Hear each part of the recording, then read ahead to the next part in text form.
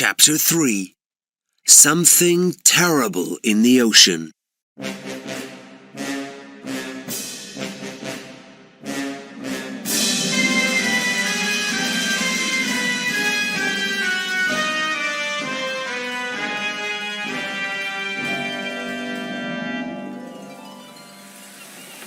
Into the water, men! Fast! Starbuck cries. At once, all the sailors from his boat jump into the ocean. Seconds later, the Pequod goes over their boat. But Starbuck is happy because all his men are alive. They swim quickly over to the ship and go on board. After that, the ship sails down to the south of Africa. The crew of Ahab's boat come out on deck then. All of them are wearing black clothes. Their master is Fedallah. He makes no noise when he moves around the ship.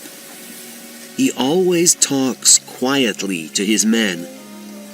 He often walks on the deck of the Pequod with Ahab, and when they are walking, he speaks quietly in the captain's ear. But he never talks to any of the ship's crew. Ishmael is afraid of Fedallah. The sailors tell strange stories about him. Fedallah can see into the future, some of them say. One afternoon, Tashtego is up on the mast. Suddenly, the men down on the deck hear his cry. Look!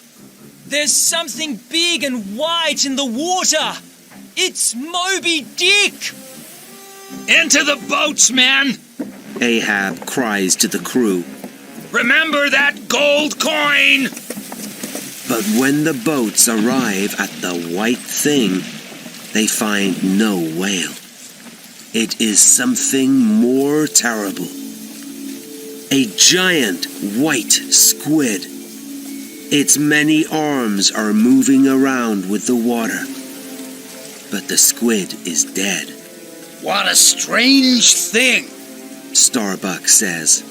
Giant squid usually live far down, under the ocean, and whales eat them. This is bad luck for us all, I'm feeling. No, Mr. Starbuck. You're wrong, says Queequeg. It's good luck. When you see a giant squid, whales are never far away. Wait and see. Queequeg is right. The next day, the men hunt and kill a big blue whale. They take its dead body back to the ship. They are very happy. Now they have a lot of whale oil for their barrels.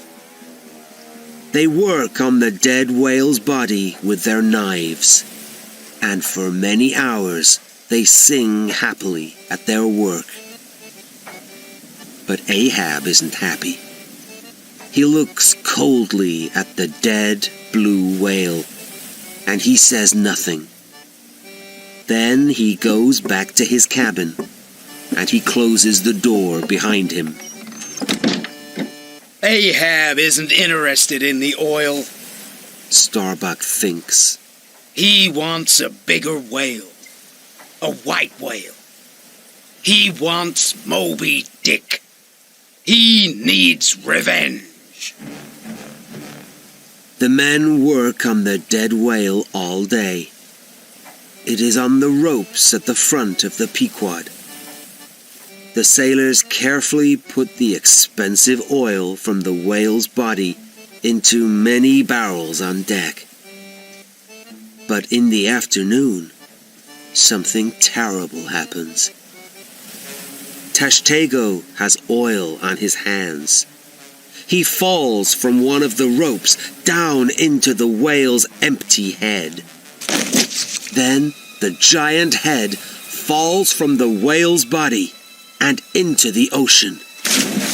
Tashtego goes with it, and the whale's head, with Tashtego in it, goes down under the water. Queequeg quickly jumps into the sea after his friend.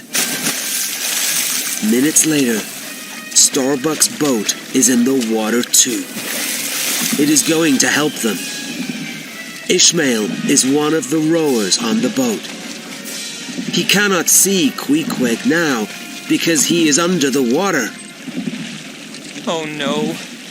Is my good friend dead? He thinks sadly.